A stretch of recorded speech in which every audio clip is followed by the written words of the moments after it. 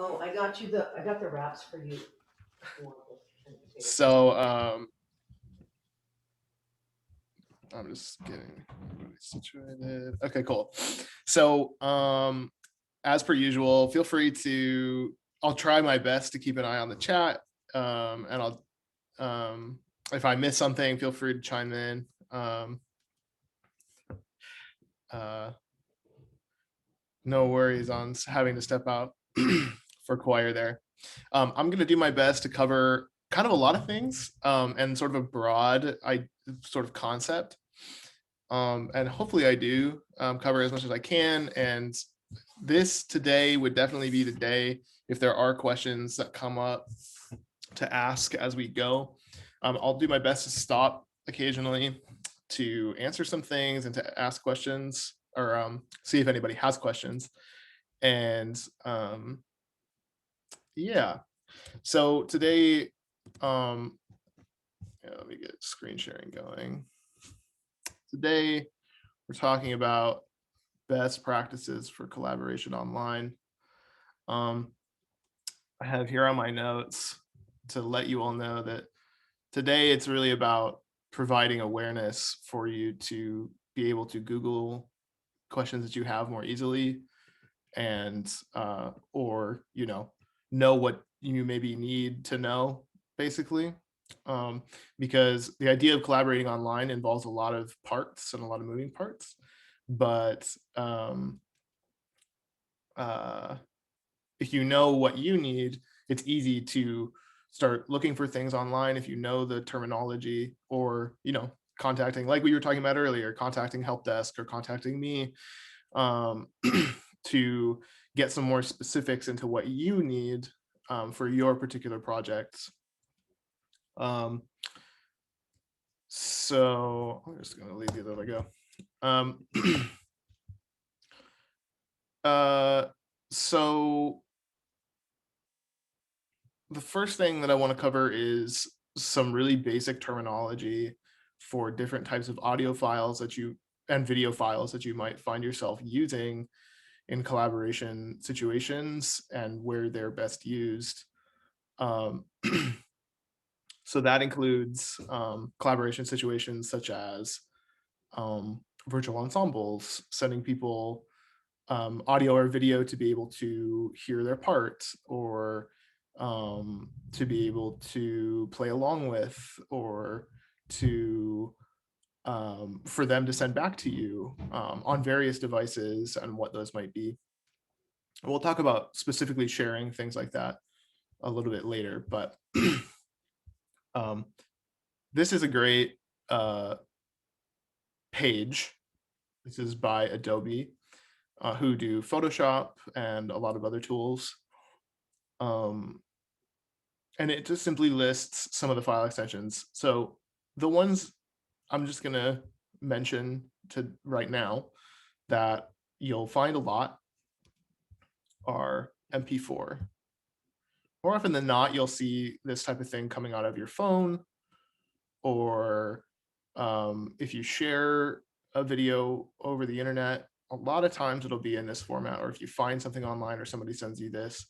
The reason I mentioned this one first is because it's not proprietary, in the way that uh, the other two that I'm going to bring up today are. So MP4, if you ever are exporting video from something, if you ever need to share anything over YouTube, or like in an email, or in a like a Google Drive folder, something to get somebody some video just quick, like a lesson video, something that doesn't necessarily need super high quality, and you also don't want to worry about um, like running into compatibility issues where somebody can't run something or something like that. This is that. You might recognize its similarity to MP3, like the audio format MP3, and they're related, but MP4 can also contain video information that the MP3 can't. So if you see those, it's always in my head, I always look at it like MP3s and MP4s are the sort of like convenient sharing option. They're lightweight and they're small size, so they can fit in a lot of places and not cause a lot of people very many issues, especially if they have to download them or you have to upload them. So this is definitely something if you're sharing stuff, you'll find yourself using a lot, and is always a good option. And a lot of video software tends to default to this. MOV and WMV, I want to bring up just because they're proprietary. So MOV is the Apple or Mac QuickTime movie format. So, and then the WMV is the Windows Media Viewer or Windows video format. MOV runs in the default video player on Macs called QuickTime, and WMV runs in the, I think it might actually be defunct by now, but the old Windows Media Player is why it's called Windows Media Viewer. But these ones can run on the other ones if you get the specific player for them. So for example, if I got a WMV on my Mac computer, QuickTime won't be able to open it. I'll probably be able to preview it nowadays with how compatibility works, but it won't be as compatible. A Windows file, for example, like WMV, won't be as compatible with my Mac, and an MOV won't be as compatible with my Windows computer. So that's just something to bear in mind. It's easy to make stuff at .mov, especially if you do like with QuickTime on Mac, for example. You can, it's not super critical, but you can screen record if you want to with QuickTime Player. And for example, if you did something like that, if that was something you were interested in doing, it would make a .mov file for you, and you might need to convert it. So we'll talk about conversion and that kind of stuff later if people are super interested in it. But I'll briefly mention a good program for it. But otherwise, just bear in mind that basically, if you want to not run into any issues, use MP4. And if you are running into issues, check if it's one of these files. There's a lot of other ones on here, and in general, they're specialized and not necessarily anything that you'll run into just by sort of sharing stuff over the internet, especially for teaching. This is another Adobe page that lists some audio files. And actually, if anybody is interested in these, let me hide my meeting controls really quick. I'm going to post these links in the chat if anybody really wants to copy them and look at them without having to go find them again. So the big deal with audio is just to remember, it's in some ways it's a lot like video in that there are different qualities of video.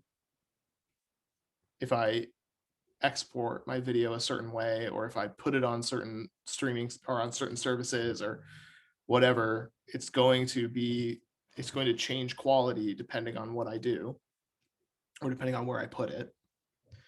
But in general, the actual video file doesn't necessarily indicate very much in the way of quality. What it really indicates is compatibility. So like I said, an MOV is going to be more compatible with Apple devices, a WMV is going to be more compatible with Windows devices, and an MP4 is going to be more universally compatible.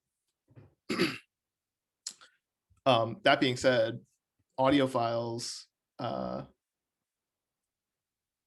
the specific file format that they're in indicates quality, at least to a certain extent. And so you can see that they organize this page in lossy formats, lossless formats, and uncompressed formats. The most important thing to bear in mind is basically MP3s are super shareable. Like I said before, MP3s, MP4, those are very shareable sizes. Each one of these different audio files, if you're working in software that's specifically designed to handle them, can be set to different quality sizes in and of themselves beyond just what the specific file format will do. So the thing about sharing audio and video online is basically video, in terms of how the internet handles it, is far ahead of audio. And that's just simply by chance, to be honest. It's just a coincidence, and probably having something to do with the market in terms of for video versus for audio. So in general, you deal with a lot of different quality changes for the audio of your files over the internet compared with video. I can upload, say, a high quality video to YouTube of any of these formats, and it will support the full quality of my video that I've chosen, up to even up to 4K and 8K in some cases, super high quality. Audio, however, is generally degraded in order to increase loading times, and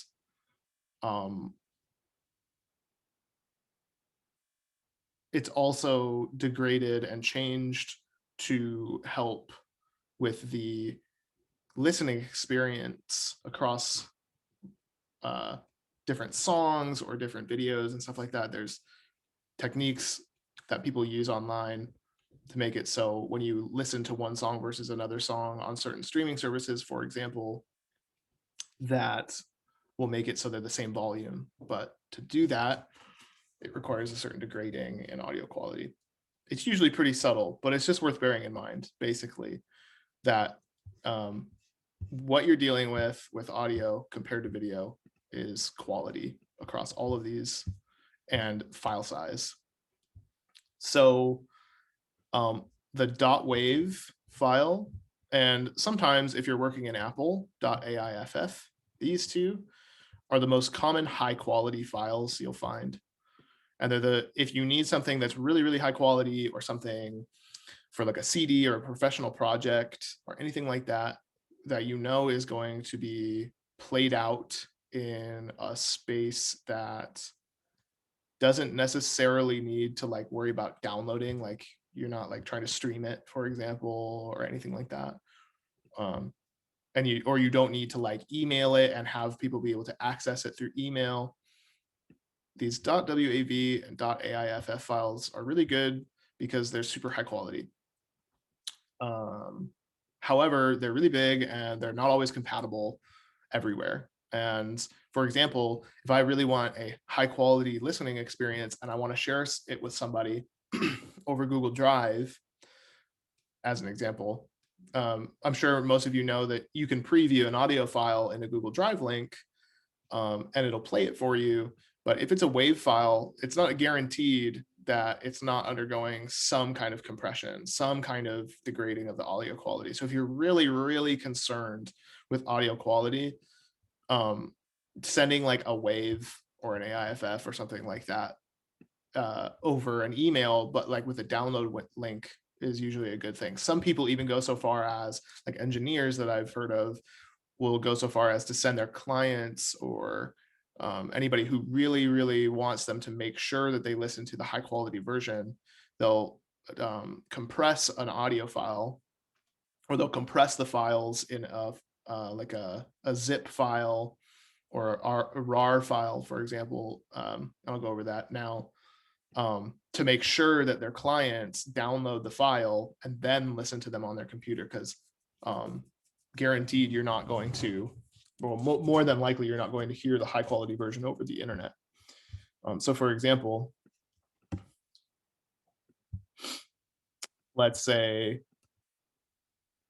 I have this audio file like on my desktop here. It's an MP3, you can see, but let's just pretend it's a high quality file.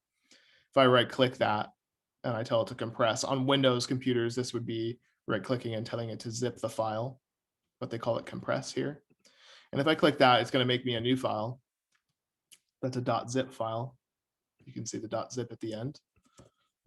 And if I send this to somebody, they have to download it onto their computer and they have to double click it, which will then extract the file again. It will make the file.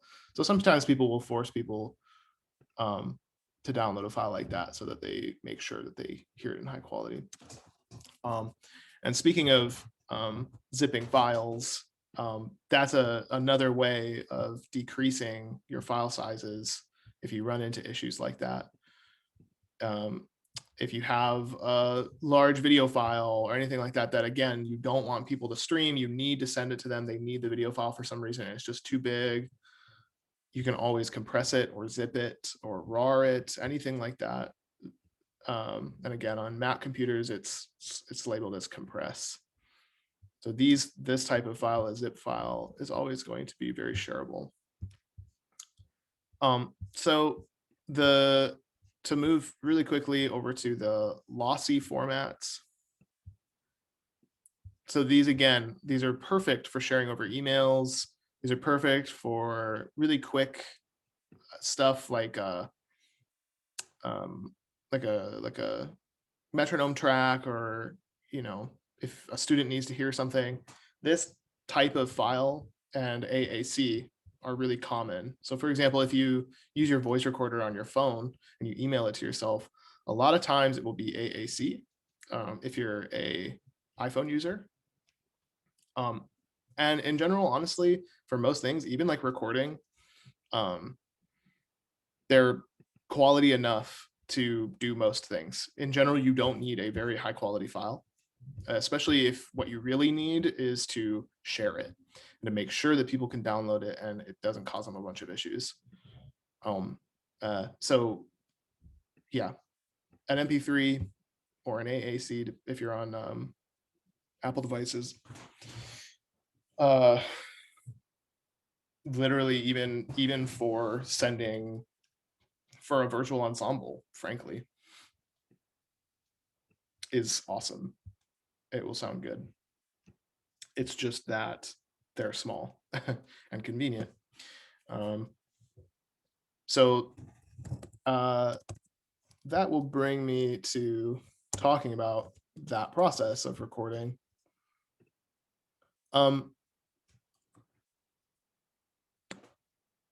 Like I said, in general for recording, your phone is a really amazing device, even if you don't have a super new one.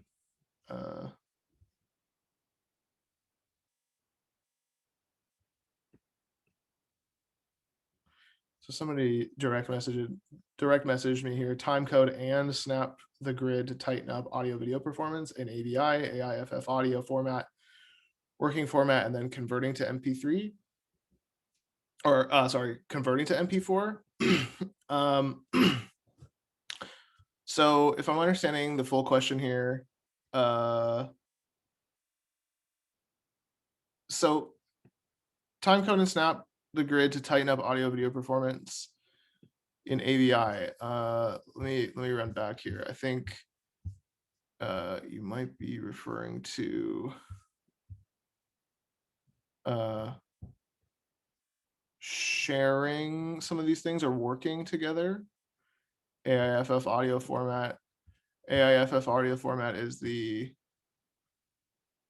like a wave, but it's Apple's proprietary format.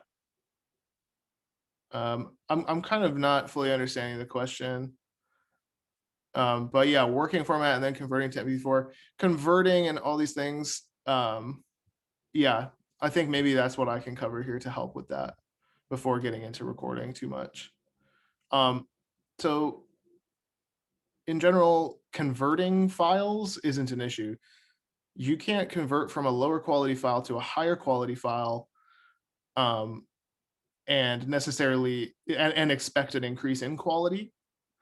But if you're converting from a high quality file down to a low quality file, in general, you won't run into any uh, deep problems, basically.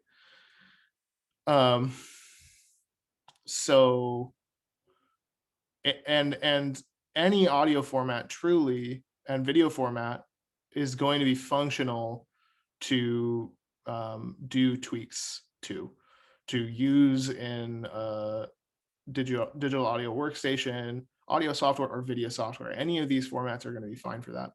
So because I did mention it, I kind of forgot.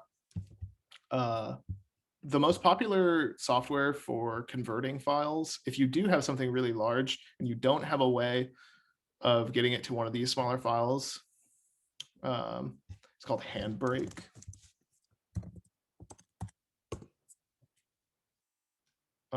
Yeah, this is by far the most popular one, because it's free. And once again, like the last time, this is open source software, so it has a particular flavor to it that's very compatible. So it can work really anywhere. And as long as you get to know where everything is, it will work just as good, if not better, than paid software. But again, it's very compatible.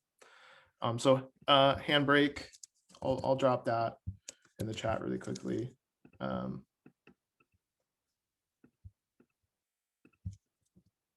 if you're ever looking for something to convert an audio file or a video file, especially video files, this is excellent, and this would be the tool to look for.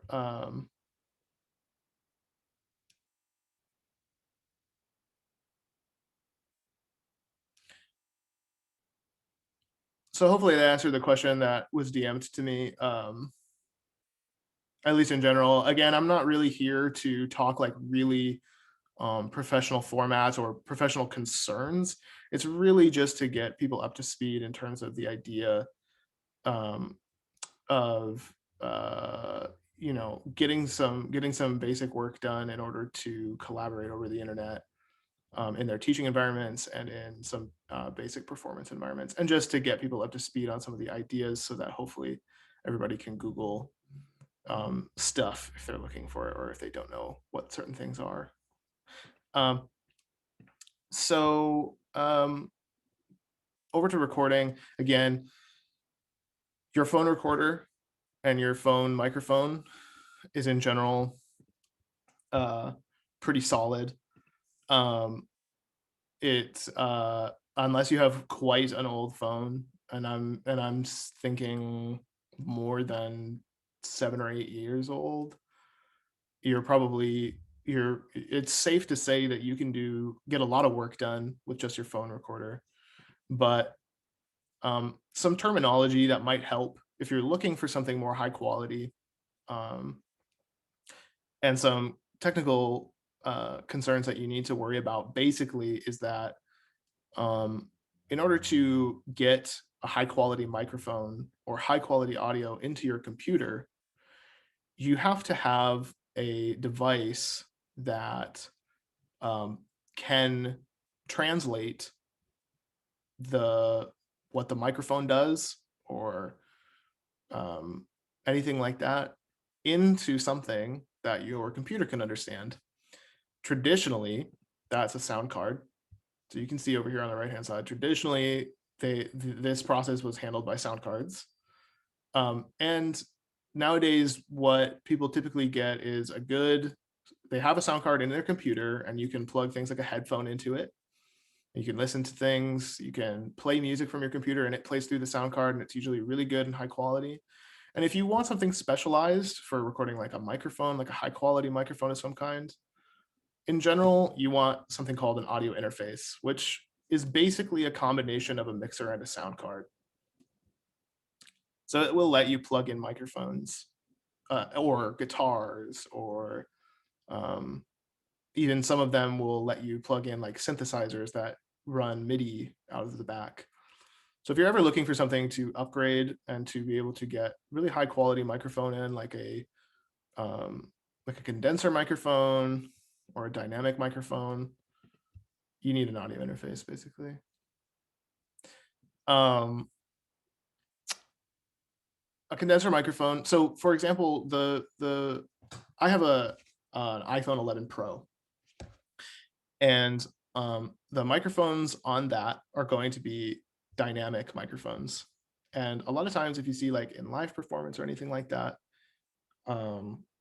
you'll see dynamic microphones. And I'm not going to necessarily get into the details of either of these, but I just want to let you know that in general, the differences between a dynamic and a condenser microphone is a condenser microphone is more detailed and more high quality. A condenser microphone is really good for sort of all around recording, vocals, anything that needs to be loud. You can do a lot with just dynamic microphones, and in general, they're cheaper. But the microphone that's in my phone, for example, is not just one microphone, but two. In these newer phones, they have stereo recorders on them, so that you essentially have two microphones in the device that you could record like a band with, for example, and it would sound kind of done if you positioned everybody in the room right and everything like that. But again, they're not as high quality as a dedicated microphone will be, but they're pretty close these days. So again, the big difference here, the big takeaway maybe, is if you want something high quality, if you want something specialized, you need an audio interface, and then you need a microphone to plug into that audio interface. And the two different kinds are condenser microphones and dynamic microphones. Condenser microphones are super high quality and specialized, and dynamic mics are really all around microphones and still high quality, but not as detailed. So now I want to talk about cameras really quick. Again, this is, or I should say not again, but this is a place of departure compared to microphones with the devices you already have. So my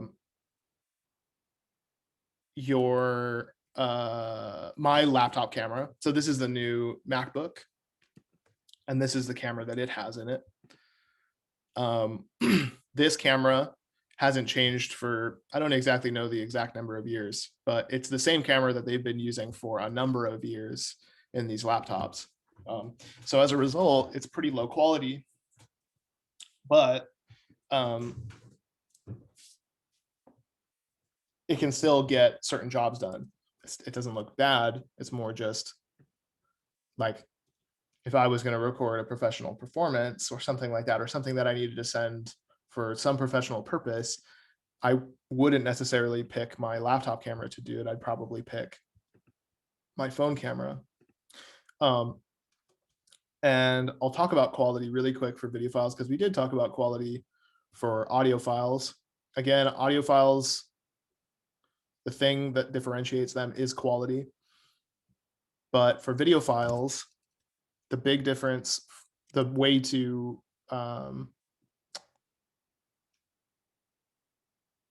understand the quality about what you're dealing with is this P number in general.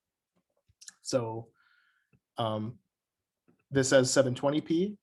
Standard definition that you don't get as much on TV anymore, but you certainly used to, would be 480p. If I look up, sorry, I need to hide my video controls. So if I look up 480p, 480p is considered the standard resolution. It's used very rarely now. And again, my own laptop camera, which is relatively low quality by today's standards, is records in 720p. So the next step up would be 720p. And now we're starting to talk about what you see a lot of times on YouTube or most HD TV streams now. The other big difference between something like 480 and 720 is 480 is square, which is why it's standard definition. So that's why I was saying, nowadays you don't see 480 nearly as much. And 720p is basically the baseline for HD resolution. That's like a rectangle shape. And the way that you can tell if a format or the video you're working with is in 720p, you can see here a lot of times on video software, you see 1280 by 720, 1280 x 720 here. That's how you can tell. If you have to pick a resolution that looks like this, you can always look at the second number to be able to tell what format it is, basically what resolution it is. So the next step up would be 1080p. All of the differences between these, I mentioned the word resolution earlier. And basically what resolution amounts to is kind of something like clarity. So if I compared a 1080p, maybe this picture that I see right here will kind of give a good idea. No, because this is the difference between 4K and 1080. If I compared a 1080p video with a 480p video, basically a 480p video would look more blurry. So if you're having an issue where your picture looks so blurry, it's probably because of this resolution number. And again, if I was looking for in a video software or anything like that, or looking at my file to try to determine like what quality is it without having to look, I can look at the resolution of the video down here. And that will tell me, again, that second number, X whatever, 1080, that's my resolution. So again, the higher that number is, the higher the resolution, but also it determines the kind of shape of the video a little bit. But again, the standard formats these days really are 720p and 1080p. And if you want something really just quality and crisp looking, 1080p in general is what you'll see online. 1080p is like the upper, it's not the upper limit, but it's the upper limit that you usually see if you need something really high quality. If you need something that needs to look good on a TV or something really big, 1080p will almost always get you what you need until you get really large or really high definition. 4K would be the next step up, aka 2160p. This is like the new thing, the newest thing, quote unquote, would be 8K. But I'm not even going to bother talking about that right now. Sometimes you'll see stuff in 4K. This resolution for almost all purposes is unnecessary in terms of teaching or anything like that. But I wanted to bring it up because the big difference between my laptop camera, which is still, this is a brand new laptop, 720p, and my phone is that my phone can record up to 4K resolution. So, and this would be, I think, this is just a guess, but I think at least a 9 or the iPhone X can do 4K. The 8 might be able to do 4K, and I don't remember exactly. But you can set your phone to do 4K. And so if somebody, but I don't know how they would, but if somebody accidentally or anything like that sends you these very large files, that could be why. But I also wanted to bring it up simply because you can record in very, very high quality on your phone. So once again, for most purposes, you can do almost everything you need for teaching with your phone. How do I change resolution to set on 4K on iPhone? So it's just in your properties. Let me or what are they called? Settings on here. I've been switching back and forth between my computer and my phone quite a lot lately. I will show you very quickly. I don't have my USB-C cable. Hopefully this works okay without too much hassle.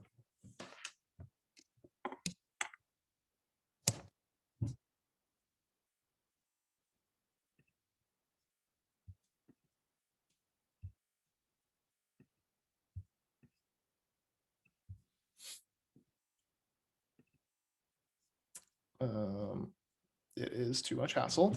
So, oh wait, maybe I can do it now. I don't want to take too much more time. Okay, cool. So in my settings on my phone, if I go look for my camera, and while I'm here, I'll also show you how to do high quality audio. And this is just on iPhone. And if anybody needs, can always Google for Android or anything like that. But here's, if I go to my camera, there's a bunch of settings in here. If I go to record video, I can change it here. And FPS is how smooth the video looks. For almost all purposes, 30 FPS is what you'll use. But you can try the other ones if you like them. The other way is to open your camera,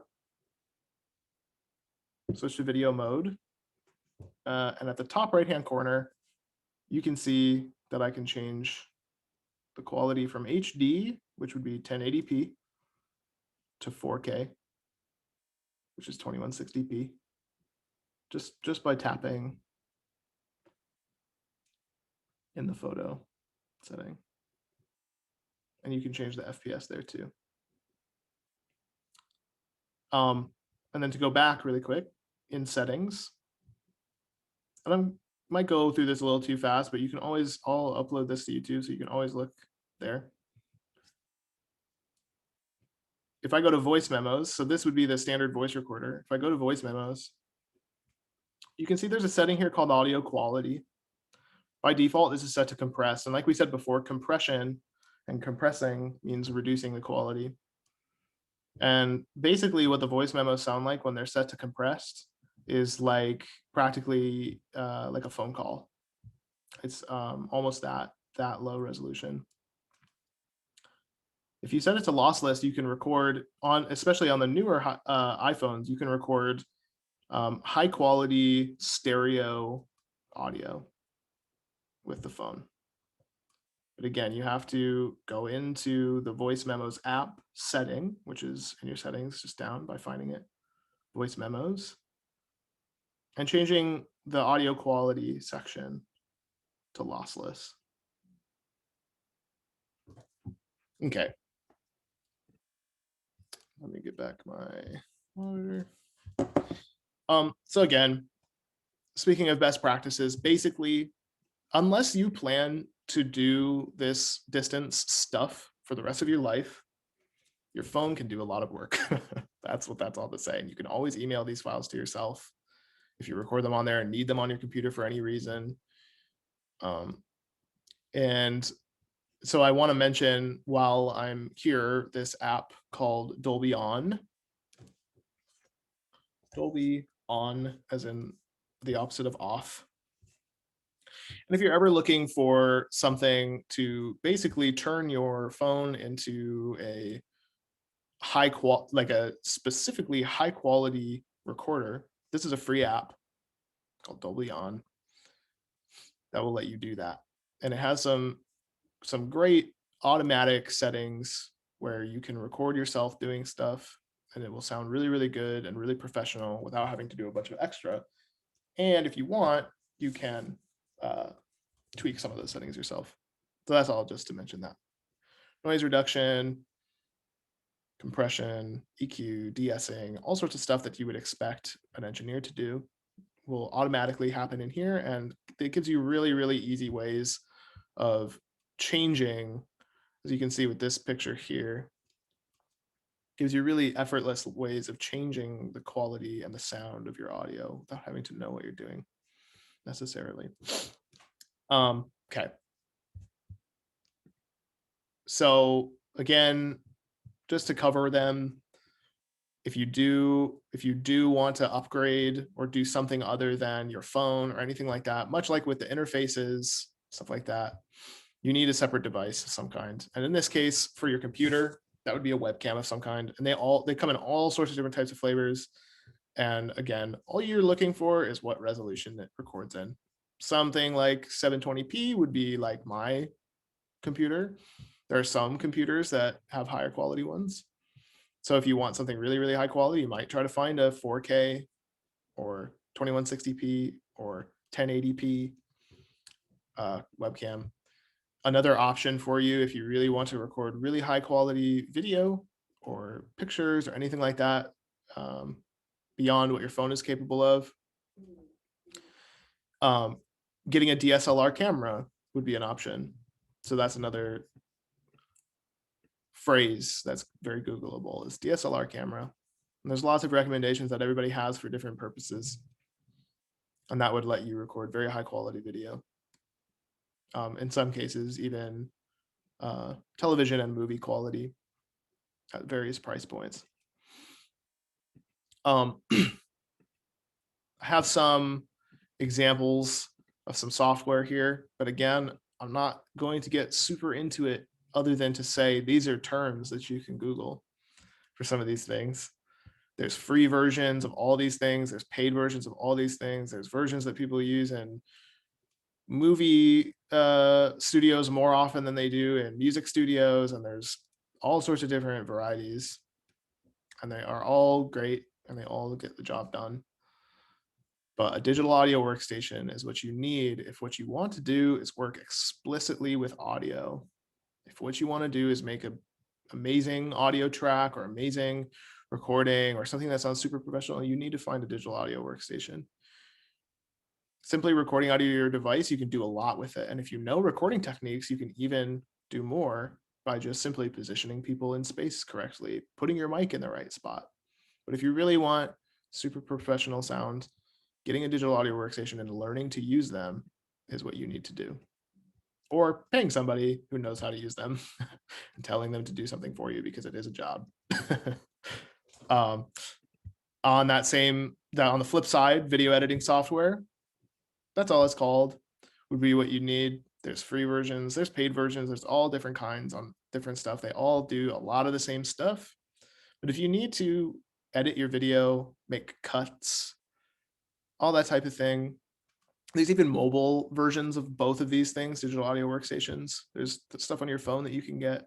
But if you need to have something that looks like a movie or a TV show or anything like that, you need to find some video editing software. And that will give you control over multiple video clips, for example, or combining audio and video together. Some digital audio workstations even let you do really basic combining of audio and video. So sometimes, depending on what it is, like Logic, for example, or Pro Tools, you can even do some video with just a digital audio workstation. But those are both the professional tools that people use to get those things done at a high quality level, basically. And then I wanted to mention Zoom and OBS, kind of on the last leg here before I rush through sharing at this point, and even some rehearsal stuff. I might go over a bit if people need to leave in order to just get a good recording for everybody to reference, so I can go back over some things. So OBS and Zoom are excellent if what you want to do is basically create a teaching video or do live streams for some of your teaching or performing or anything like that. These are the tools that people use, is basically what I'm here to say.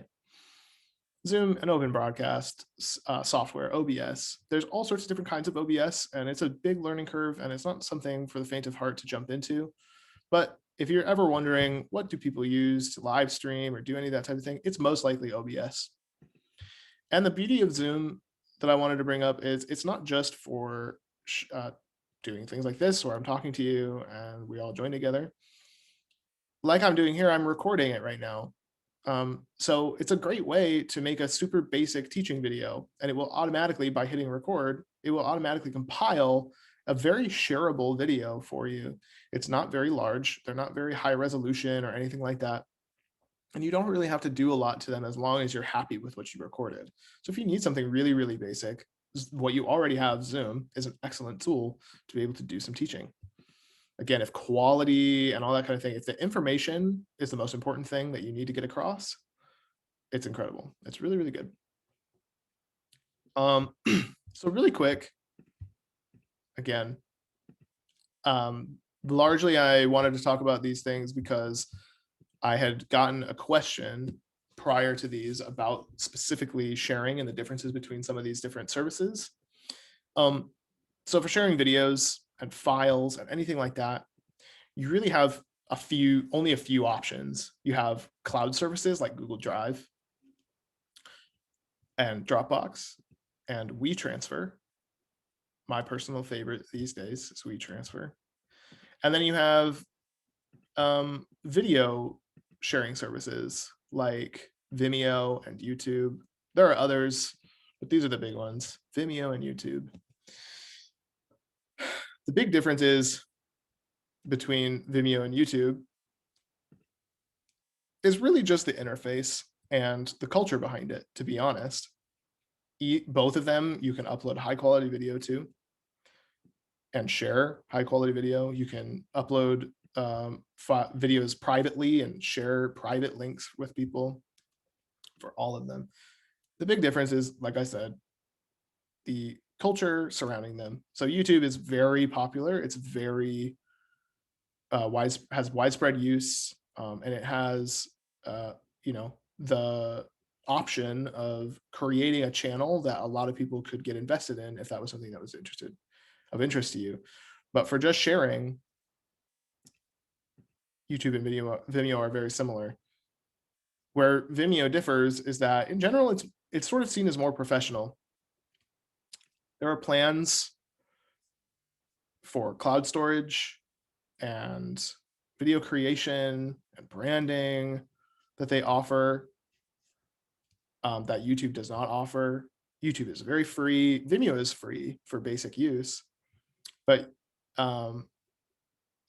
businesses and artists a lot of times use Vimeo. But either way, they both basically can get the job done.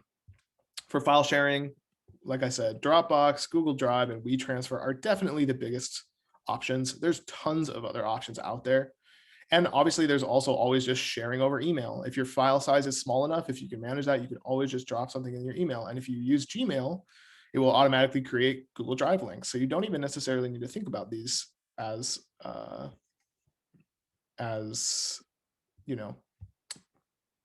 options, basically. That being said, Dropbox is more premium than Google Drive. Google Drive, to get a lot of space, is very cheap compared to Dropbox if you need to use it a lot. But Dropbox has some features that are more efficient and effective than Google Drive. I see the difference very similar to YouTube and Vimeo. So, I mean, after all, YouTube is owned by Google. Google Drive, very accessible, very inexpensive. Some features are less professional than they could be, but they get the job done most of the time. Dropbox, more premium, gives you some stuff to start out with, but you quickly will find that you need to start paying some money or something like that. But a lot of their professional tools for professionals who need to do a lot of things over the internet are much more thought out on Dropbox. But either way, they're going to get you a file that you can share. WeTransfer is amazing if you don't need your whoever you're sending files to be able to preview. You don't need to make an account. And if you need to send something that just doesn't fit in an email, it's super easy to share those things here. And it's literally just as simple as it looks on the site. You add your files and you get a link. The only issue with this is if you need something to stay around for a long time It can be really dangerous because the link will disappear and die basically in 2 weeks after you send it. And that's the way that they make the service available, is that they will reserve you 2 gigs for free that you can upload. And in 2 weeks, that 2 gigs falls off so that somebody else can use that 2 gigs. But again, if you really need to send something quickly and efficiently, that's no bigger than 2 gigs for free anyways. This is really effective WeTransfer. So hopefully that sort of explains some of the differences in sharing here. They all will get the job done, and every single one does the basic things of sharing just as well as all the other ones. The way that they are specialized, though, is where they differ.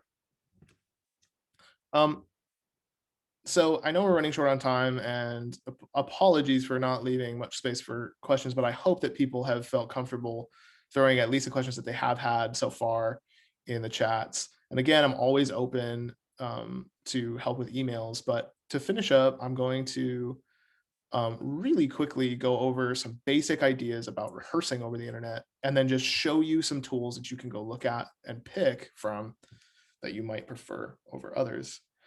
The main thing to understand is that there will always be some kind of time that it takes for my information from where I'm sitting in my house to travel to you. There will always be some amount of time. It's very short, but there will always be some time. So things like music are very difficult to do, as I'm sure you all have noticed over the internet, because if I do something over here, it won't sync up. We'll be out of sync. In order to combat that, a lot of times you have to do workarounds, and none of these services that I'm going to show here are perfect, but some of them are better than others. For something like Zoom rehearsals, you really are just stuck having to mute everybody else. If you have a piano or something like that that you want to play or sing, and then have everybody sing, that back and forth is going to be missing unless you come up with some way to work around that and get people to, sing solo, listen to them sing, something like that. Come up with some creative way to deal with the fact that there's lag. Glenn earlier was asking about if I do, hang on, I need to click into Zoom here.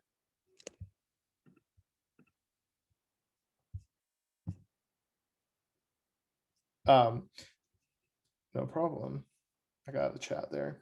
So I'm just really quickly going to pull up chat so that I can be in Zoom. Well, okay.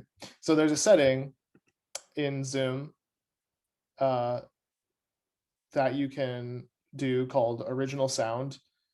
I'll see if there's a way that I can actually get this up, but at this point it's looking like it doesn't really, we would not prefer that I did that. And I'm burning time, but let me see if I can do it this way. There we go. So in your preferences, this is going to be the quickest version of this ever. And if anybody needs help, I just want to basically make you all aware. You can see down here, there's a setting that says music and professional audio, and you can set some nice high quality options. That's what that's to say. So again, the last thing with the last 3 minutes that we technically have here is just to mention there are services that could make your life easier. Again, these are brand new things, a lot of them, and a lot of them don't always work super good because the technology just isn't there. It wasn't ready for us to have to all socially distance and have to all share things over the internet so regularly, especially with music. The 3 that I know are the most popular, Jam Kazam is super popular. I'm going to drop these all in the chat too for those of you who are still hanging. Here's Jam Kazam.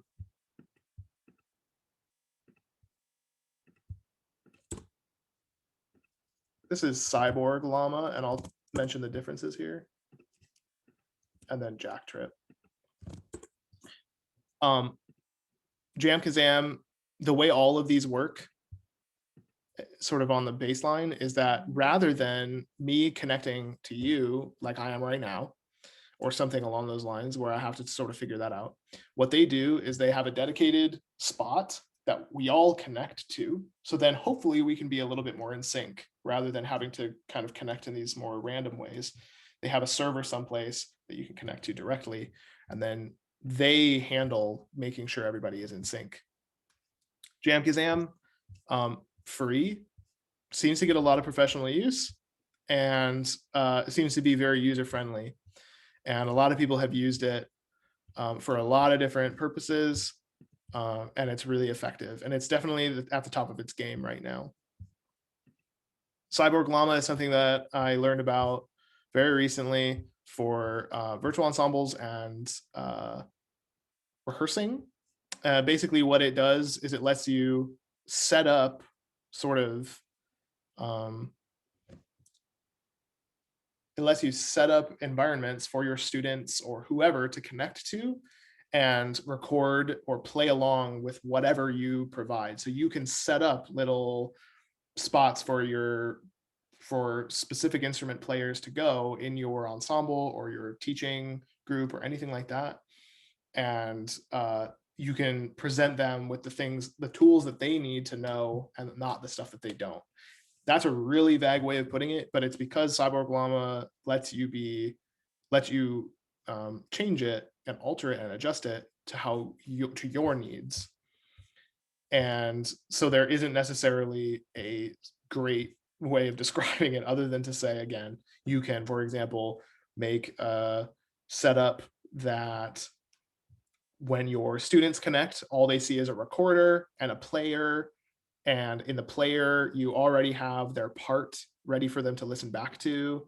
And they can listen back and play along and rehearse, and then they can hit record. And then what you see when they're done with that is you get their audio file automatically. So it handles a lot of stuff for virtual collaboration and virtual ensembles kind of on its own.